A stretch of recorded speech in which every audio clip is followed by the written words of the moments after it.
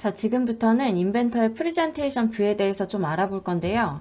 지금 화면에서 보이는 것처럼 인벤터의 프레젠테이션 뷰를 사용을 하면 이렇게 제품의 도면 뷰, 그러니까 제품의 분해된 도면 뷰를 작성하는데 사용하실 수가 있습니다. 그럼 지금부터 이렇게 화면처럼 분해된 뷰를 어떻게 작성할 수 있는지에 대해서 제가 간단하게 좀 설명을 드리도록 하겠습니다. 자, 먼저 분해된 뷰를 작성하기 위해서는 먼저 새로 만들기 왼쪽 상단에 새로 만들기 클릭을 해주시고요. 여기 제일 하단에 보시면 프레젠테이션, 그러니까 standard.ipn 이라는 템플릿이 별도로 있고요. 이 템플릿 더블 클릭해서 새로 하나 만들어 주겠습니다. 새로 이 템플릿을 하나 만들면 어떤 조립품을 가지고 프레젠테이션 뷰를 만들 건지 선택하라고 나오고요. 여기서 지난 시간에 우리가 조립할 때 사용을 했던 플랜지 조립품을 가지고 한번 설명을 드릴게요. 열기해서 부품을 하나 열어줄게요. 열어주면 스토리보드 패널이라는 게 하단에 이렇게 뜨고요. 이 상태에서 우리가 이런 부품들, 우리가 작성했던 이런 부품들을 하나씩 미세 조정해가면서 뷰를 한번 만들어 보도록 하겠습니다.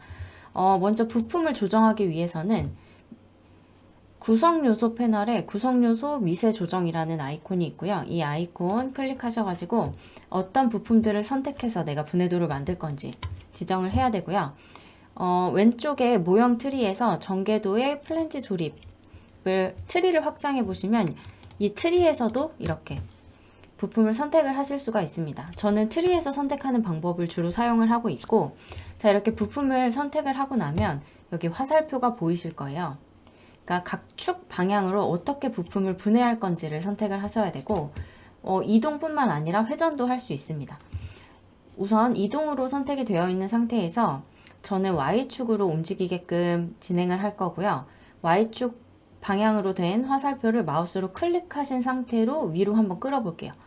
이렇게 마우스로 대략적으로 얼마나 이동할 건지를 선택을 하실 수도 있지만 정확하게 이동할 거리를 입력을 해주실 수도 있어요. 저는 마이너스 90이라고 하겠습니다.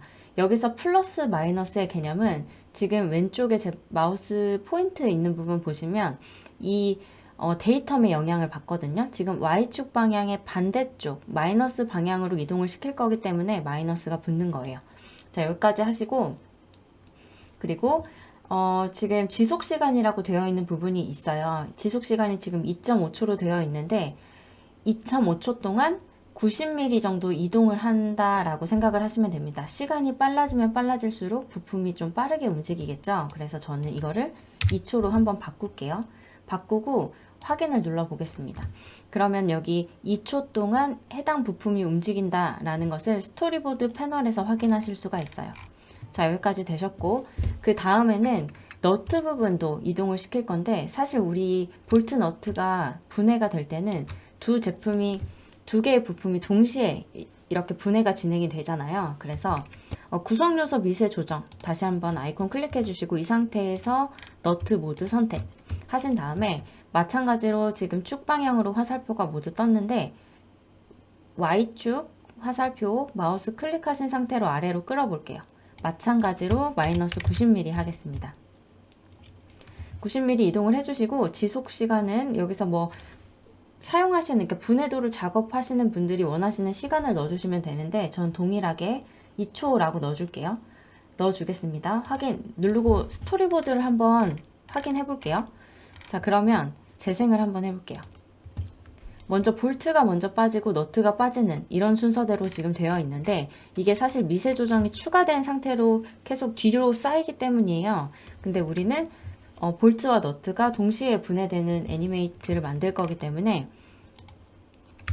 이동시킬 부품들, 그러니까 스토리보드 패널에서 이동시킬 부품들의 화살표를 모두 선택을 해주신 상태에서 앞으로 끌어서 볼트와 너트가 동시에 빠지도록 수정을 해보겠습니다. 자, 이 상태에서 한번 애니메이트 해볼게요.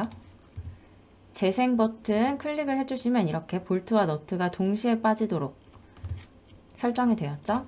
그 다음에는 이제 플랜지, 상부 플랜지가 위쪽으로 조금 이동하게 설정을 해보겠습니다. 마찬가지로 구성요소 미세 조정 클릭을 해주시고요.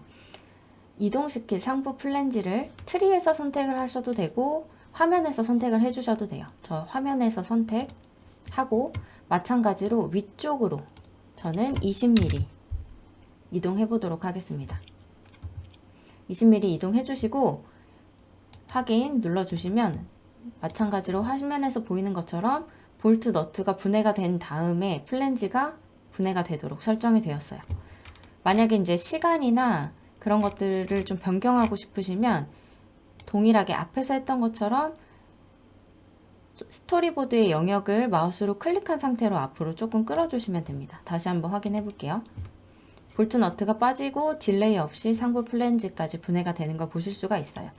처음에 제가 프레젠테이션 뷰를 설명드리고자 재생했던 동영상은 카메라 뷰까지 변환되는 작업까지 제가 추가로 진행을 했었는데, 이 부분은 먼저 카메라 캡처할 뷰로 이동을 시켜주신 다음에 상부 뷰로 이동을 시켰어요. 이 상태에서 카메라 캡처 진행하겠습니다. 그러면 제일 위쪽 스토리보드 패널 트리의 제일 위쪽에 카메라 뷰가 생기면서 지금 볼트 너트가 빠지고 플랜지가, 다시 하겠습니다.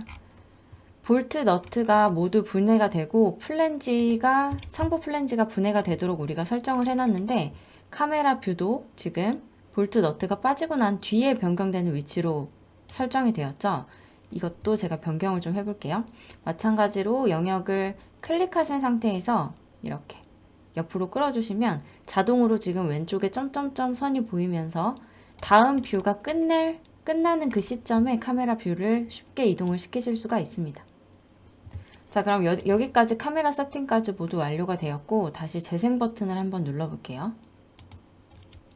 볼트 너트가 빠지고 상부 플랜지가 분해된 다음에 우리가 세팅을 했던 카메라 캡처 뷰로 이동을 하시는 걸 보실 수가 있습니다.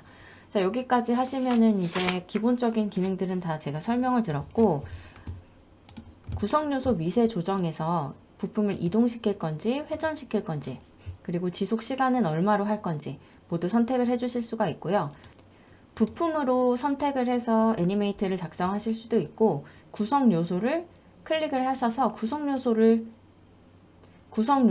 이동을 시키실 수가 있는데, 뭐 이런 경우는 보통 부품으로 다 제어를 하시는 경우가 대부분이지만, 예를 들어서 상부 조립품 안에 하위 조립품이 있는 경우, 이런 경우는 구성 요소 옵션을 통해서 쉽게 하위 조립품 안에 있는 요소들도 선택을 해서 이동을 시켜 주실 수가 있습니다. 그리고 우리가 지금 현재 작업했던 이 애니메이션 동영상을 비디오로 게시할 수도 있는데요. 게시 패널에서 비디오 클릭을 하셔가지고 저장될 위치를 지정을 해주세요. 저장된 위치를 지정을 해주시고,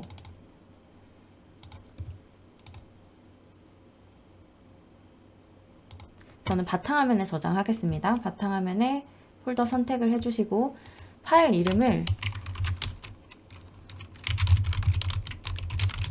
플랜지 조립이라고 한 다음 저는 AVI 파일로 내보내기 해보겠습니다. 이 상태에서 확인 눌러주시고요. 그리고 다시 한번 확인 눌러주시면 자동으로 애니메이션 뷰가 진행이 되면서 인벤터가 이걸 캡처하는 작업이거든요. 비디오 게시 진행률이 다 완료가 되고, 저는 바탕화면에 파일을 저장을 했었죠. 그래서 바탕화면 쪽으로 이동을 해보시면